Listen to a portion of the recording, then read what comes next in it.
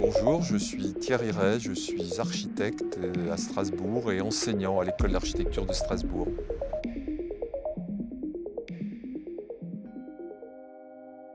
Enseigner, ça a commencé par une histoire presque par hasard. À la fin de mes études, j'ai été nommé coopérant dans une faculté d'architecture au Moyen-Orient. Donc je suis passé d'étudiant à enseignant. C'était une expérience assez incroyable.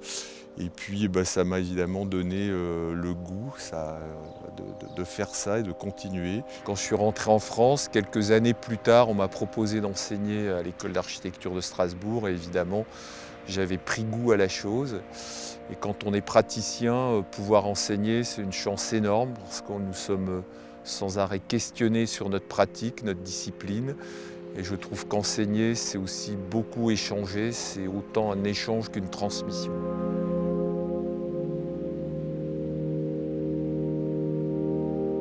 Former, c'est quelque chose de tout à fait passionnant, extraordinaire. Je crois que penser la ville, penser le monde de demain, penser les cadres bâtis, c'est vraiment un enjeu. Et je pense qu'on essaye d'imaginer avec les étudiants un monde convenable, un monde meilleur, un monde pour la société de demain. Ce qui est évidemment un sacré travail. Je pense que c'est former des gens à l'écoute, des gens qui sauront répondre aux problèmes de la société.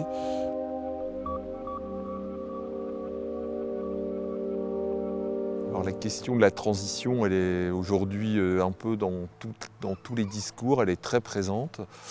Moi je trouve que c'est un mot un petit peu galvaudé, parce que si j'ose ce paradoxe, je pense qu'il y a une permanence de la transition. La transition, c'est un mouvement qui existe toujours dans la société. L'architecture, évidemment, elle est partie prenante de cette histoire. On peut remonter à l'Antiquité, au Moyen-Âge, à la Renaissance, à la révolution industrielle, au mouvement moderne. Donc aujourd'hui, on est dans une continuité d'évolution, dans un moment probablement de tension et de crise, ça c'est certain.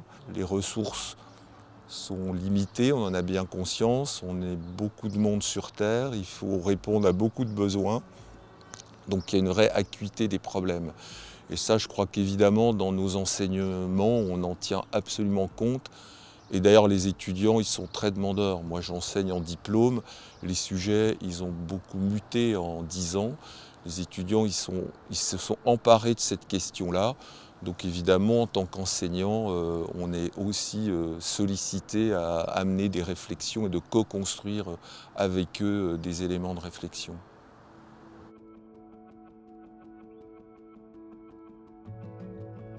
La loi sur l'architecture 1977, moi j'ai commencé mes études en 1978, donc on était vraiment, cette loi venait d'apparaître.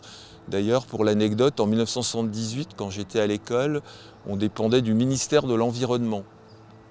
Donc tiens donc, quoi, incroyable, hein, on n'était pas au ministère de la Culture. C'est-à-dire que cette question du rapport entre l'environnement et l'architecture, elle se pose quand même de manière continue, de manière plus ou moins explicite, mais en tout cas, elle est bien posée. La loi de 77, c'est la loi sur l'utilité publique. Moi, je pense qu'évidemment, c'est une loi très importante. Alors, je ne sais pas si aujourd'hui, cette loi parle ni aux étudiants ni aux citoyens, mais en tout cas, la question de l'utilité publique, elle est clairement posée. Je pense qu'il y a un enjeu majeur. Je pense que les architectes sont vraiment porteurs de cette notion. Ça nous oblige, je pense, à une certaine éthique par rapport à cette question sociétale importante. Et je dois dire qu'aujourd'hui, on voit quand même que la ville est beaucoup faite et continue à être faite par la technocratie et la finance. Et je crois que la question de l'utilité de l'architecture au service de la société, c'est un enjeu majeur.